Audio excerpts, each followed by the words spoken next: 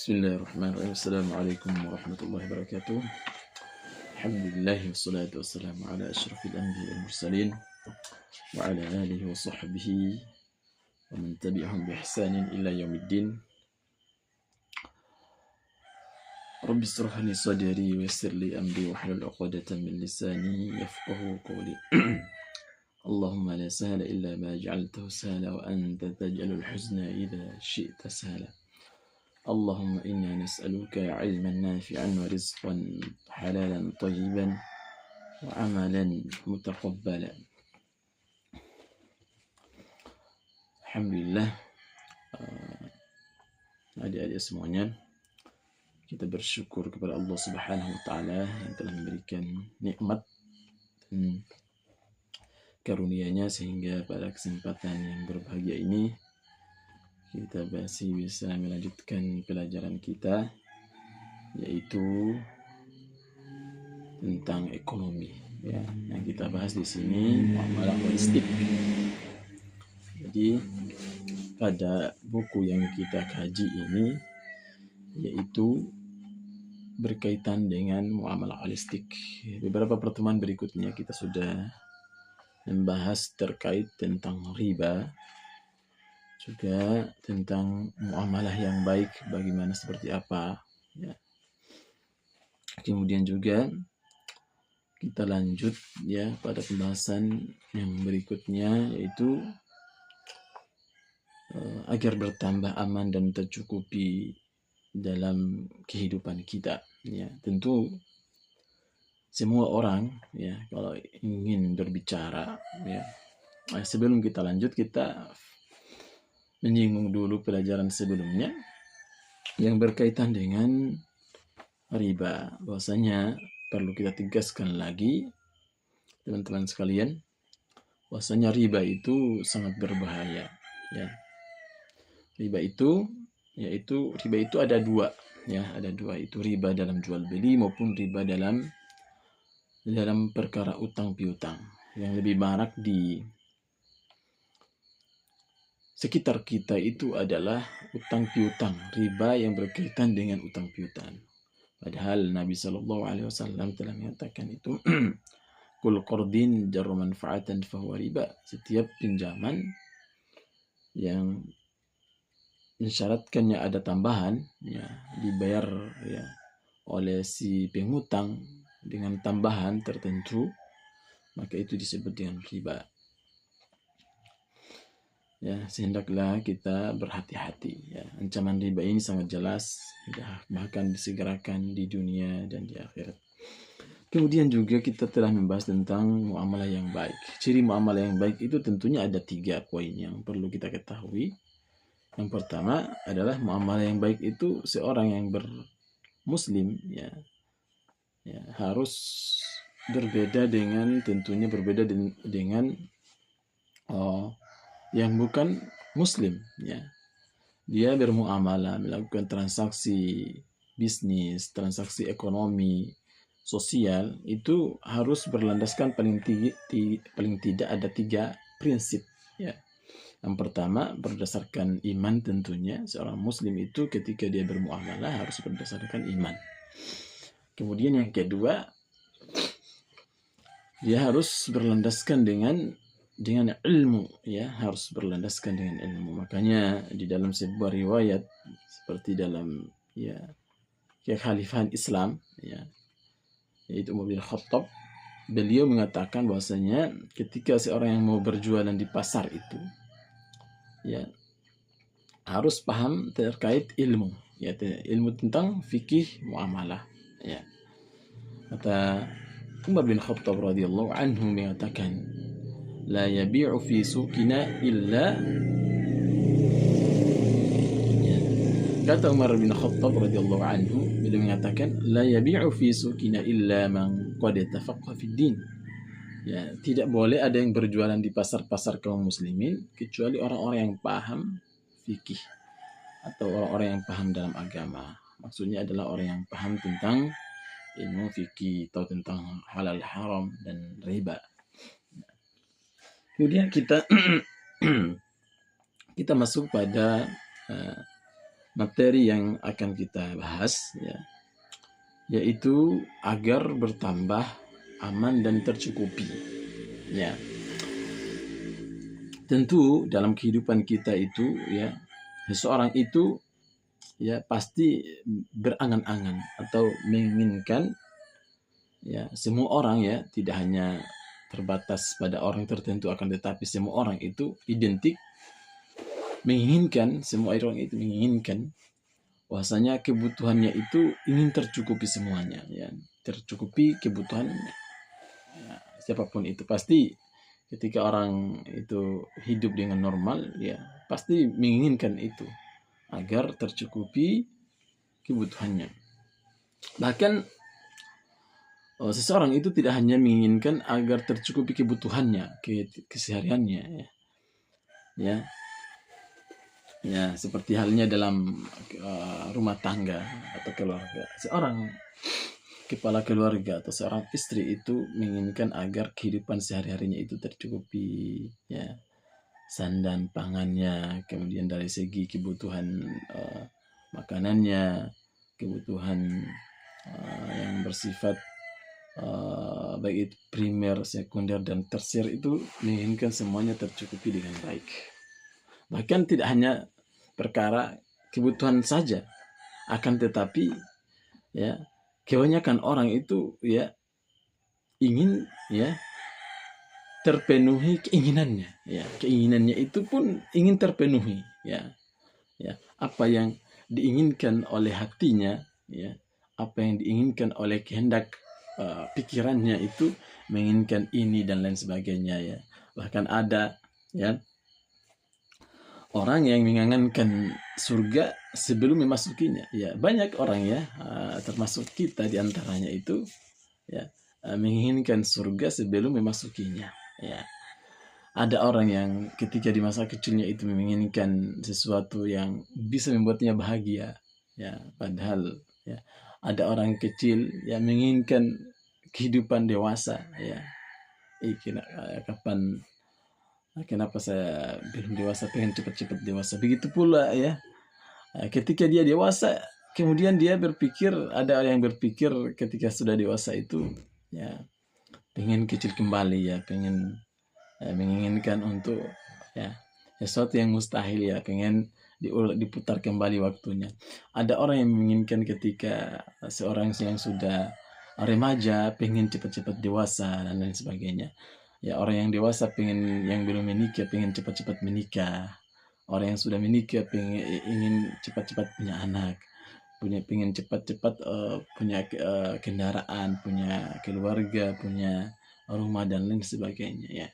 Semua orang menginginkan sesuatu yang baik, dan semua orang pengen keinginannya itu terpenuhi dengan baik.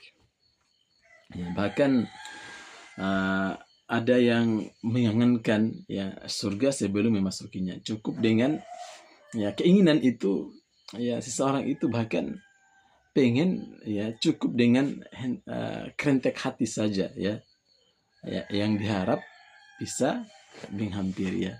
Bahkan keinginan kita itu luar biasa, ya, ya, pengennya dengan kerentek hati atau dengan celetukan hati. Nah, keinginan itu datang menghampiri. Nah, seperti itu. Nah, itulah manusia namanya, ya. Nah, tapi yang perlu kita ketahui bahwasanya untuk memenuhi kebutuhan, ya, keinginan dan kerentek hati itu orang per orang berbeda-beda cara mewujudkannya, ya. Orang yang ketika, ya, menginginkan atau kebutuhannya terpenuhi, keinginannya itu terwujud dan kerentek hatinya itu segera menghampiri, ya, itu masing-masing orang berbeda cara mewujudkannya, ya. Ada yang menggunakan, ya, cara-cara wahyu, ya, yaitu cara-cara yang dianjurkan di dalam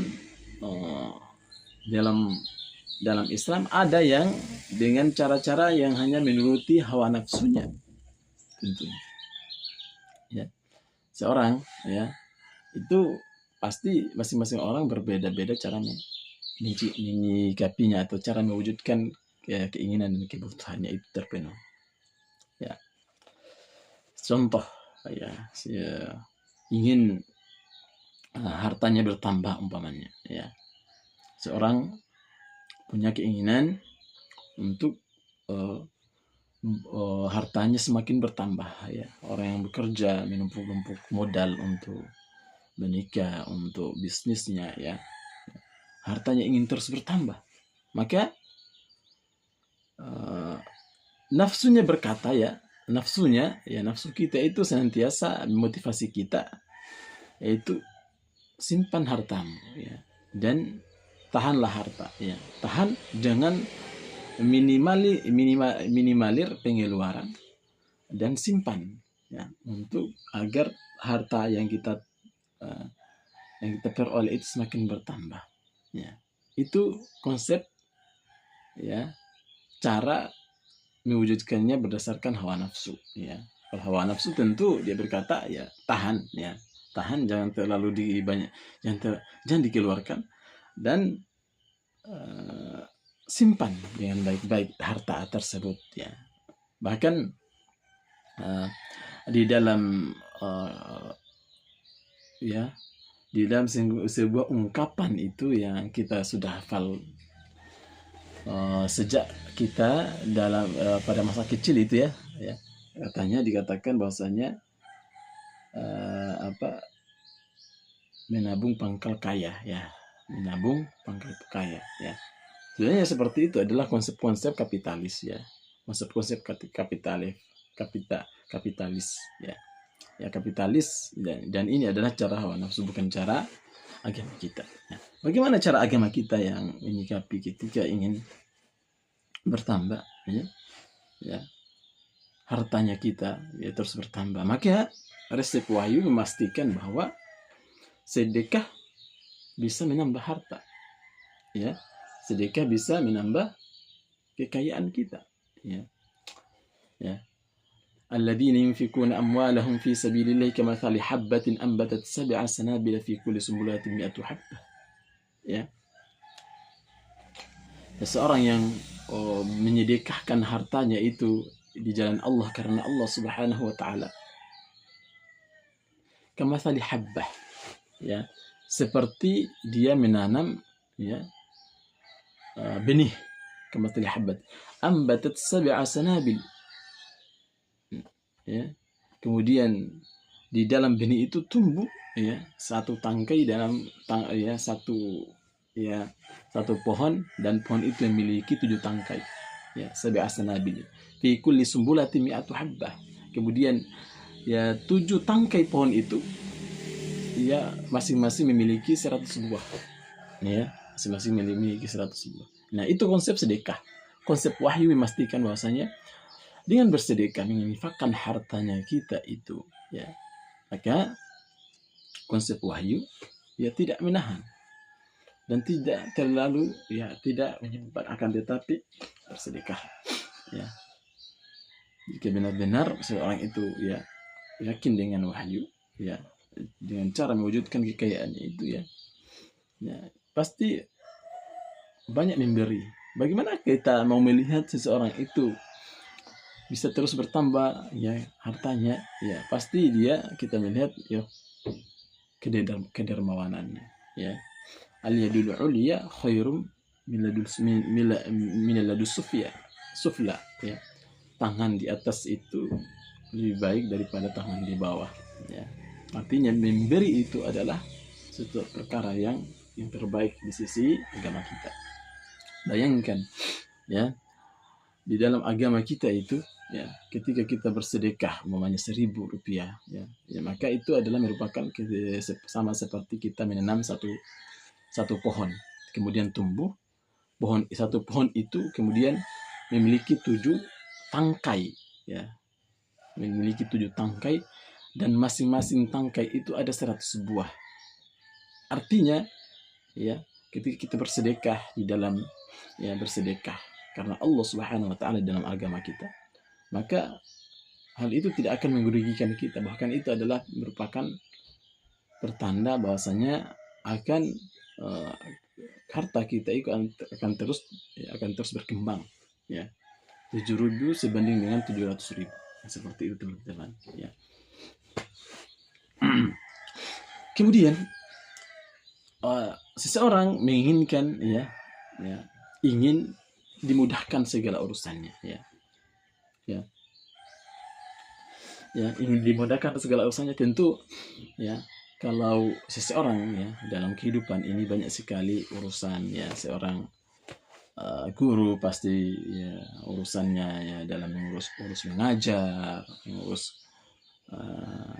kehidupannya di rumah dan lain sebagainya. Seorang suami, ya, memiliki, ya, urusan yang harus diselesaikan di rumah. Juga seorang pengajar harus menyelesaikan tugas di sekolah, ya, mengajar dan sebagainya. Kemudian seorang yang bekerja di sebuah kantor pasti punya banyak urusan untuk, ya, tekanan-tekanan pekerjaan dan lain sebagainya. Seorang yang bekerja di suatu dan lain sebagainya, semua itu banyak, masing-masing orang punya kesibukannya masing-masing, punya urusannya masing-masing. Nah, pasti dibalik semua, ya, urusan yang menumpuk itu yang banyak itu, kita menginginkan bahwasanya urusan kita akan terus dimudahkan.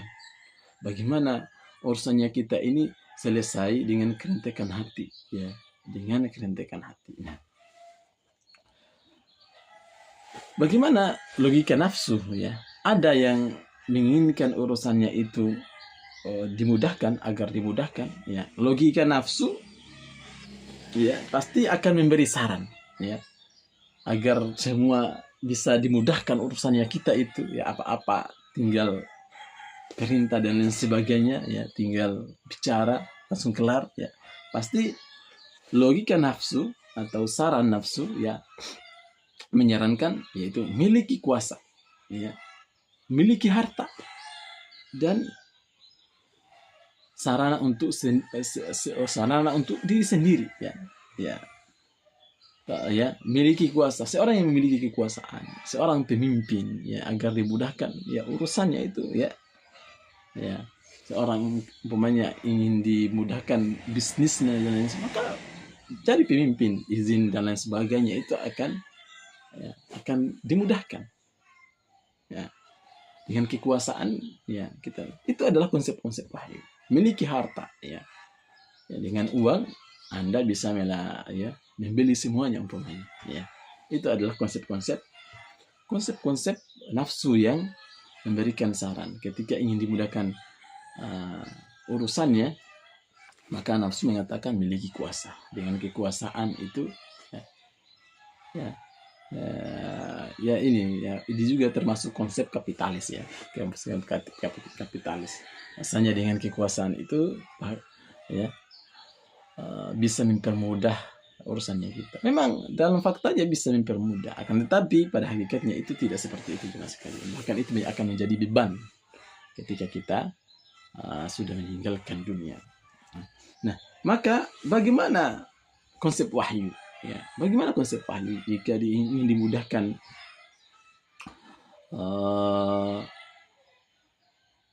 urusannya? Maka konsep wahyu pasti menyarankan, ya, yaitu mudahkan orang lain dengan harta.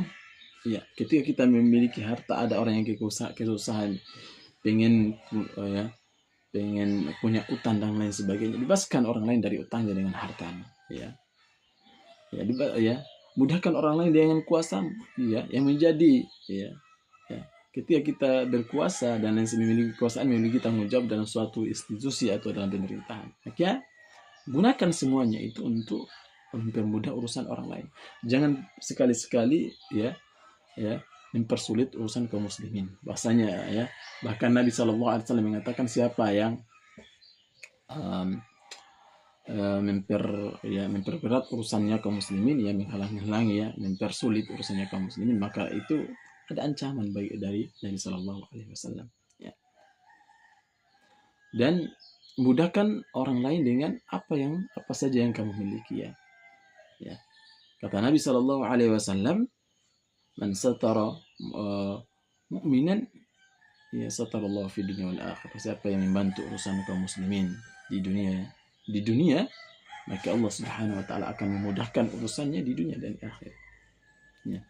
Ini adalah Nabi SAW yang mengatakan. Ya. Resep wahyu mengatakan ya, mudahkan. Ya.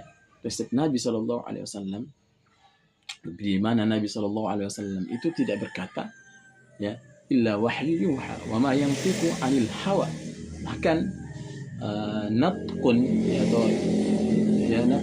ya, atau yang keluar dari lisan Nabi SAW itu bukan hanya perkara perkataannya saja, akan tetapi natqun itu seperti bunyi seseorang ketika keselak makanannya seperti itu.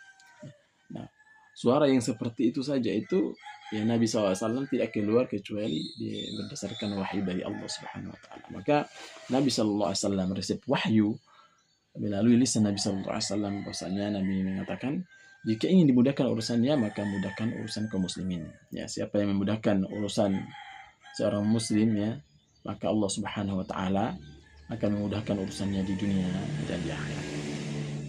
Kemudian juga ada orang ketika terlilit hutang ya, ingin dimudahkan melunasi hutangnya.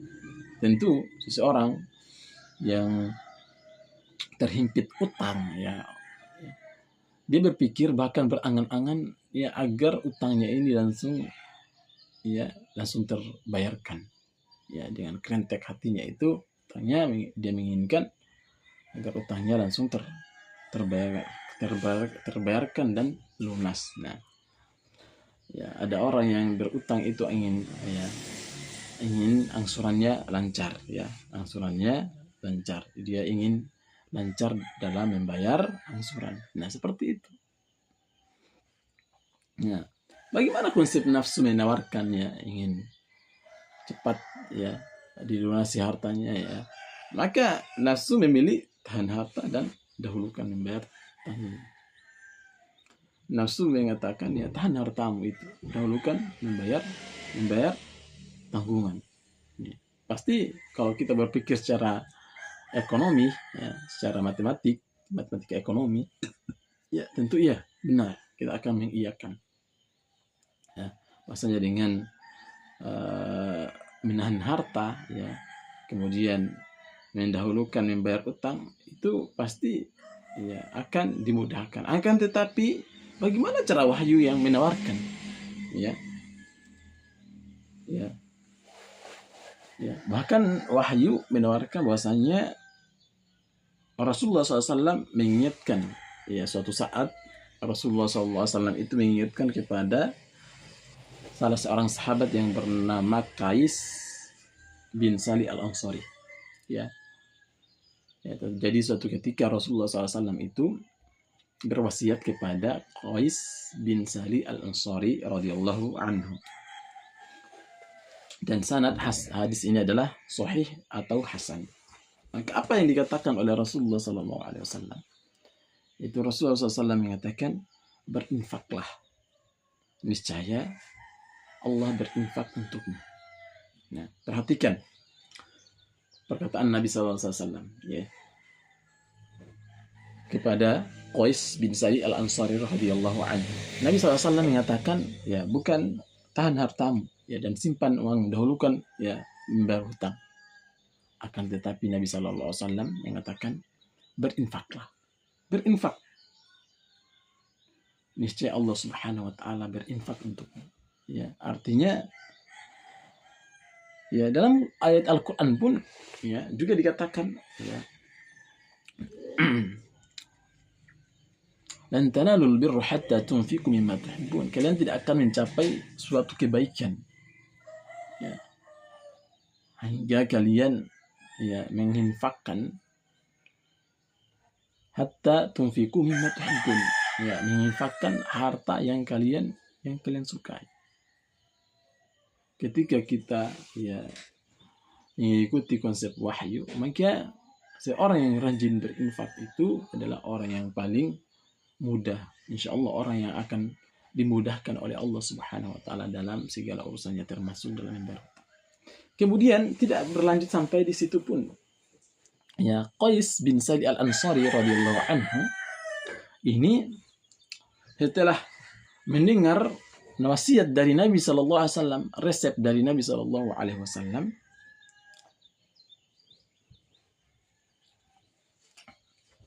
beliau kemudian mengikuti, ya, setelah pesan itu dilaksanakan oleh Qais radhiyallahu anhu. Kemudian Qais berkata bahwa dia menjadi orang yang paling kaya dan paling dimudahkan urusannya oleh Allah Subhanahu wa taala. Ketika dia melaksanakan wasiat Nabi Shallallahu alaihi wasallam ini dengan penuh keimanan, sami'na wa ata'na. Ya, kemudian Qais berkata bahwasanya dia adalah orang yang paling kaya dan orang yang paling dimudahkan urusannya oleh Allah Subhanahu wa taala dibanding keluarga dan saudara-saudaranya, ya. Nah, seperti itu jemaah sekalian. Jadi konsep wahyu itu sangat berbeda dengan konsep hawa nafsu. Ya, tidak bisa dimatematika oleh ekonomi apapun, ya. Nah, seperti itu. Kemudian juga yang berikutnya adalah ada orang yang menginginkan agar hartanya aman, dananya awet, kekuasaannya aman, ya, dan lain sebagainya. Ya. Banyak orang yang menginginkan hal tersebut. Maka tentu resep nafsu menawarkan, ya, jika kita ingin berbicara terkait resep nafsu bagaimana agar harta kita aman dan dana kita, ya, uang kita awet, ya, maka nafsu berkata semakin banyak menyimpan dan menahan harta, ya, maka harta tetap terjaga dan aman, ya. Itu adalah konsep nafsu, ya, menawarkan bahwasanya jika memang hartamu ingin aman dan awet, maka simpan hartamu, ya, dengan sebaik-baiknya, dan tahan hartamu, jangan dikeluarkan, ya. Kalau istilahnya dalam bahasa Butonnya itu, jadilah orang yang pelit, ya, jadilah orang yang pelit dan orang yang suka dengan harta, dan ini adalah konsep yang sangat berbahaya, ya. Pasti orang berpikir, ya jika ingin harta aman dan uang kita, apa yang kita miliki itu awet, maka, ya, konsep nafsu, berdasarkan nafsu dan kapitalisnya adalah menyimpan dan menahannya, ya. Maka harta terjaga dan aman. Ini menurut nafsu dan lain sebagainya. Tapi konsep wahyu sama sekali tidak seperti itu, jemaah sekalian. Ya, adik-adik semua. Konsep wahyu menawarkan bahwa di tiap pagi, ya, ada dua malaikat berdoa, ya. Jadi di setiap pagi, di setiap subuh, ya, Allah Subhanahu wa taala, ya, menugaskan dua malaikat untuk senantiasa berdoa. Ya, untuk senantiasa berdoa. Nah, ini yang perlu kita ketahui ini, ya. Yang selalu bagi seorang muslim harusnya mengetahui hal perkara ini, ya. Maksudnya yang perlu kita ketahui bagi seorang muslim, ya, di setiap subuh atau pagi, ya, subuh itu ada dua malaikat yang ditugaskan oleh Allah Subhanahu wa taala untuk berdoa. Malaikat pertama berdoa, ya, itu doanya itu adalah, ya Allah, berilah ganti yang lebih baik bagi yang berinfak. Malaikat pertama berdoa, ya Allah, berilah ganti yang lebih baik bagi orang-orang yang berinfak. Artinya apa? Ya, jika kita berinfak, ya, menjadikan infak itu merupakan pondasi kita dalam menjaga harta, maka itu adalah posisi yang paling baik. Karena orang-orang yang berinfak itu didoakan oleh makhluk yang mulia.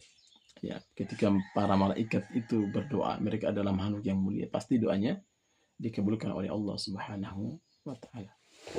Kita tidak hanya didoakan oleh orang yang kita beri, akan tetapi juga para malaikat mendoakan orang-orang yang senantiasa berinfak, bersedekah dan lain sebagainya, berbuat kebaikan. Kemudian malaikat yang kedua yaitu datang dan berdoa, ya Allah, bagi yang menahan harta dan enggan berinfak, musnahkanlah hartanya. Dan ini adalah disebutkan dalam Sahih At-Targhib. Ya. Begitu para malaikat saking bencinya itu kepada orang yang yang terlalu perhitungan dengan harta, saking bencinya dengan orang yang keutio, saking bencinya dengan orang yang tidak mau berinfak, ya, tidak mau bersedekah dan lain sebagainya. Allah sampai para malaikat pun mendoakan keburukan kepada orang-orang tersebut dengan doa, ya Allah, bagi orang yang suka menahan harta dan enggan tidak mau berinfak, musnahkanlah hartanya. Dan doa malaikat itu, doa dari makhluk Allah Subhanahu wa taala yang mulia itu pasti tentu mustajab, jemaah sekalian, ya, adik-adik semuanya. Kemudian ada orang yang ingin untung dan tidak mau rugi. Ketika seseorang itu berbisnis, pasti yang dicari adalah untungnya. Orang yang berbisnis itu tidak mau mencari kerugian, ya, tidak mau mencari rugi. Maka nafsu memilih, semakin banyak yang dihasilkan maka semakin besar yang ditahan, maka itulah untung, ya. Semakin banyak yang dihasilkan dan semakin besar yang ditahan, maka itulah untung, ya. Seorang yang ketika berbisnis, ya, pasti ketika mengetahui bahwasanya semakin banyak penghasilan dan semakin banyak yang kita tahan, itulah untung yang lebih besar. Minimalis pengeluaran dan sebagainya. Kemudian guide profit sebanyak mungkin, ya, guide, ya, margin profit sebanyak mungkin, ya, sampai menghalalkan segala cara, ya. Bahkan ada orang-orang yang berjualan, yang berdagang, ya, atau berdagang, ya, buah-buahan, ya, rela memasukkan sesuatu, ya, buah-buahan yang busuk-busuk untuk meraih keuntungan, ya. Dan itu adalah sifat yang tercela, ya, perilaku yang tercela. Wailul lil mutaffifin, ya, celaka bagi orang-orang yang curang. Bahkan ada orang yang menimbang, ada yang jualan lain sebagainya, timbangan yang berkaitan dengan timbangan. Ada orang yang memainkan timbangannya agar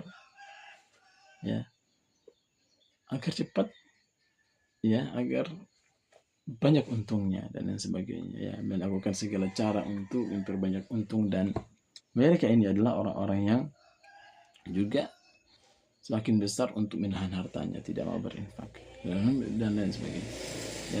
Dan ini adalah konsep-konsep dari nafsu, ya.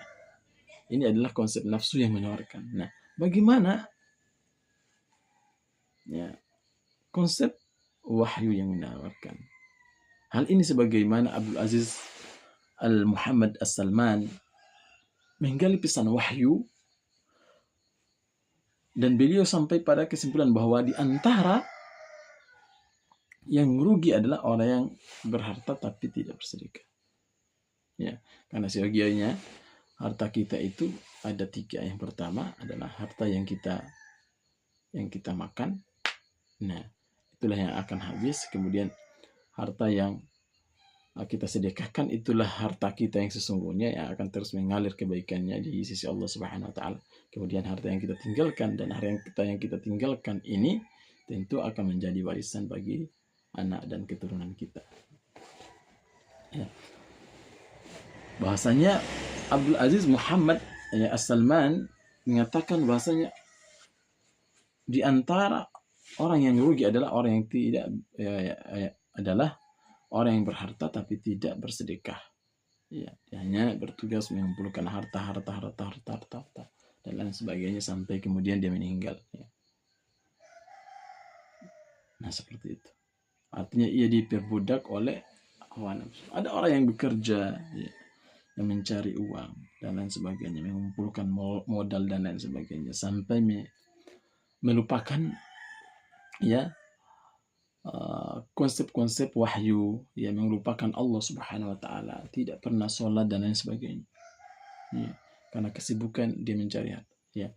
Ada orang yang bercerita ya kepada saya, yaitu ini adalah teman saya. Ketika dia bekerja ya, sebelumnya ketika dia seorang honorer saja ya, kehidupannya itu baik-baik saja meskipun ya gajinya hanya sedikit, ya tercukupi kebutuhannya dan kehidupannya itu sehat dan bugar. Akan tetapi ketika dia PNS ya, nah di sini kehidupannya mulai berubah. Dia bercerita bahwasanya ketika dia menjadi PNS ya, sholatnya itu mulai tidak terjaga ya, sampai dia tidak sholat ya, bahkan zuhur dengan asar itu ya dia sangat ya bercerita sangat lalai ya, belum sholat zuhur kemudian sudah azan asar, itu karena lantaran tuntutan pekerjaan.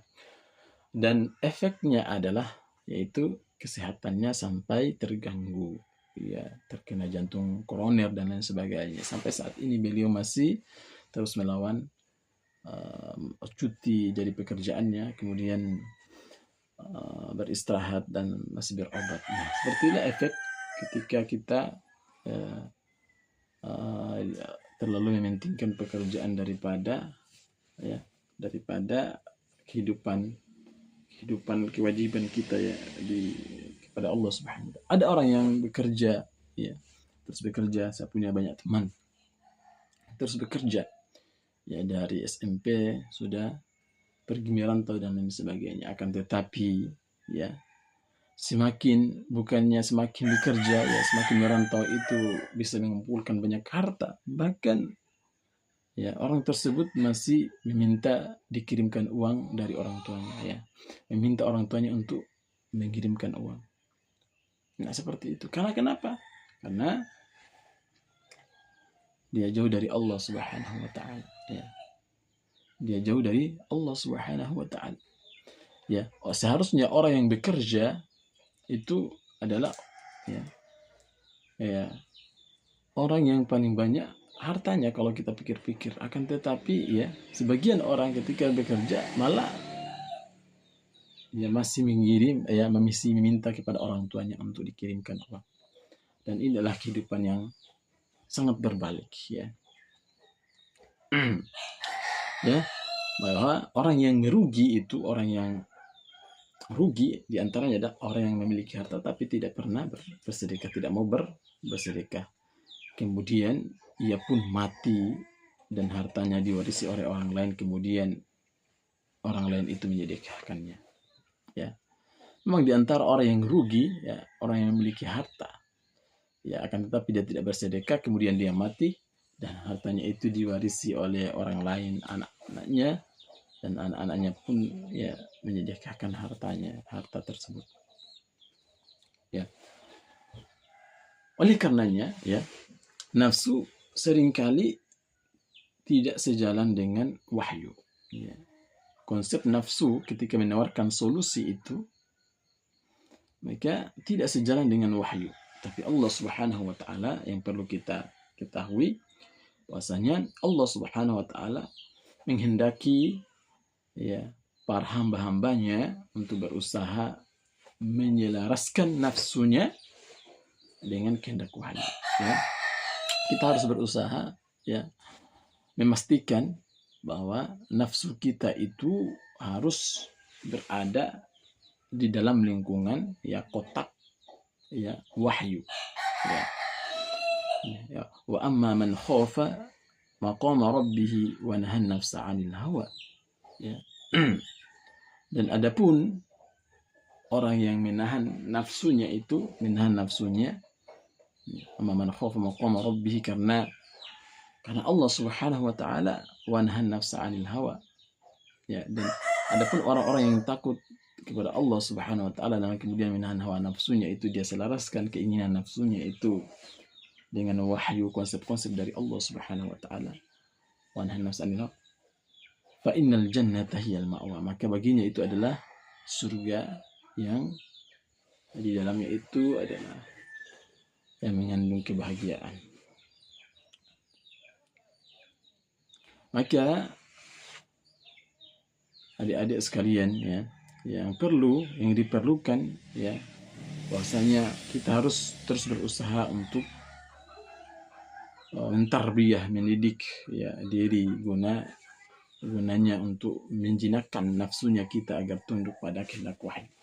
Ya, tugasnya kita adalah bagaimana cara mendidik ya, menjadikan nafsu kita itu agar tunduk pada kehendak nafsu ya. Ketika ingin untung dan tidak mau rugi, maka konsep wahyu pasti memastikan ya rajin-rajinlah bersedekah. Bahasanya bahkan di dalam Al-Qur'an sendiri dikatakan ya, Allah Subhanahu wa taala menawarkan perniagaan bisnis yang tidak pernah merugi ya. Bahasanya di dalam Al-Qur'an itu Allah menawarkan bisnis ya, kontrak perdagangan kita kepada Allah Subhanahu wa taala, di mana kontraknya ini tidak akan pernah merugikan. Apa itu kontrakku ya? Ya ayyuhalladzina amanu hal adullukum ala tijarah. Wahai sekalian orang-orang yang beriman ya, dalam Quran As-Saff Allah mengatakan ya ayyuhalladzina amanu, wahai orang-orang yang beriman. Ya, Allah di sini menyeru orang-orang kepada orang-orang yang beriman. Hal adullukum ala tijarah. Maukah aku tunjukkan kepada kalian itu perdagangan bisnis. Hal adullukum ala tijaratin tunjikum min adzabin alim ya. Di mana perniagaan itu ketika kalian mentandatangani kontrak tersebut, maka perdagangan bisnis itu akan menghindarkan kalian, menyelamatkan kalian dari azab yang pedih. Ya. Kemudian Allah Subhanahu wa taala melanjutkan, tu'minuna billah. Ya. Tu'minuna billahi wa rasulihi. Ya. Kalian kalau mau ya berdagang dengan perdagangan yang bisa menyebabkan kalian itu selamat dari azab yang pedih ya. Yang pertama adalah kalian beriman kepada Allah Subhanahu wa taala dan Rasulnya. Ya, kita harus berbisnis ya, dengan iman, landasan iman kepada Allah Subhanahu wa taala dan kepada Nabi sallallahu alaihi wasallam. Nah, kita kembali kepada materi yang sebelum-sebelumnya, bahwasanya berbisnis itu harus berlandaskan iman. Tanpa iman maka dia adalah seperti fata morgana ya, sama dengan orang-orang kafir ketika mereka berbisnis, bermuamalah ya. Mereka tidak mendapatkan pahala, mereka tidak mendapatkan apa-apa. Mereka hanya mendapatkan ya, kalaupun mereka untung itu adalah untung yang hanya bersifat duniawi saja. Kan tetapi ketika di akhirat mereka tidak pernah mereka memiliki apa-apa jemaah sekalian ya. Makanya perlu ini keimanan ya. Ya. Berniaga, berdagang dan lain sebagainya itu harus berdasarkan keimanan kepada Allah Subhanahu wa taala. Tu'minuna billahi wa rasulihi. Kemudian tawaran yang kedua setelah kita beriman oleh Allah, wa tujahiduna fi sabilillah. Ya, kalian harus bersungguh-sungguh ya, mencari ya, bersungguh-sungguh di jalan Allah Subhanahu wa taala. Dengan apa? Bi amwalikum wa anfusikum, dengan harta kalian. Ya, kalian kalau memang mau berniaga dengan Allah Subhanahu wa taala, maka konsep wahyu menawarkan bahwasanya kalian harus ya berjihad ya di jalan Allah dengan apa? Dengan harta kalian ya. Karena kenapa dengan harta? Ya.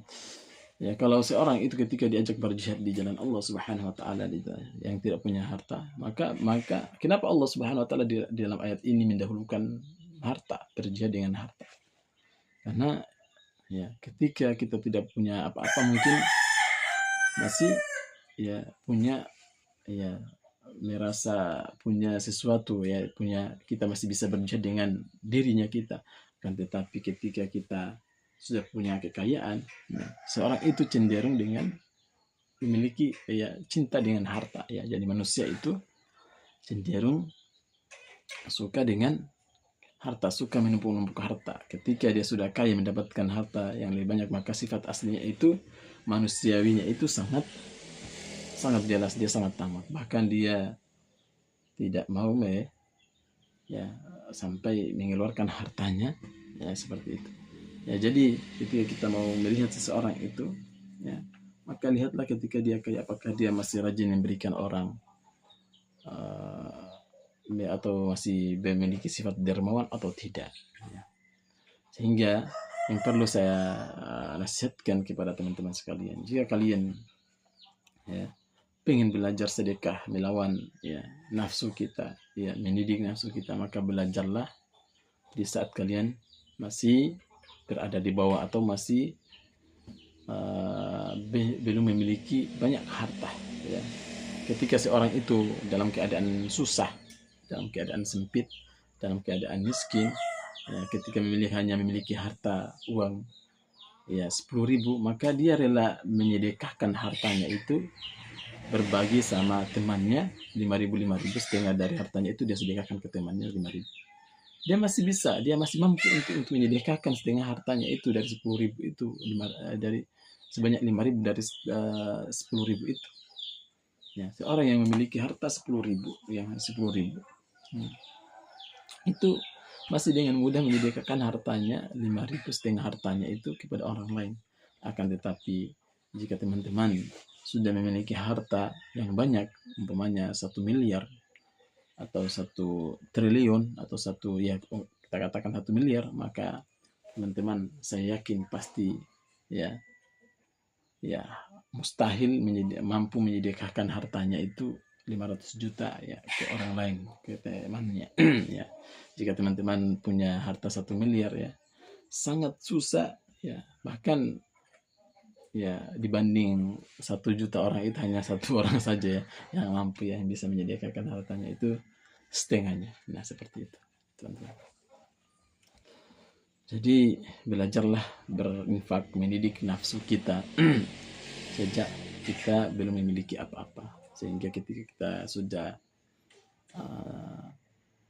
mendidik, terbiasa ya mendidik harta atau mendidik nafsu kita dengan kebaikan, ya jauhkan nafsu kita dari sifat-sifat orang-orang yang rakus dan orang-orang yang pelit, maka ketika kita sudah memiliki sesuatu yang lebih, pasti akan semakin banyak berinfak dan bersedekah. Mungkin ini ya teman-teman ya, semoga ini bermanfaat untuk semuanya ya. Mari kita terus berdoa, semoga Allah Subhanahu wa taala memberkahi kita semua, menjadikan ya nafsu kita tunduk pada apa yang Allah Subhanahu wa taala gariskan untuk kita, yaitu wahyukan untuk kita di dalam Al-Qur'an maupun hadis-hadis Nabi sallallahu alaihi wasallam. Saya kira cukup. Subhanakallahumma bihamdik asyhadu an la ilaha illa anta astaghfiruka wa atubu ilaik. Untuk materi selanjutnya kita akan bahas tentang bisnis muslim, gaul tapi beda. Assalamualaikum warahmatullahi wabarakatuh.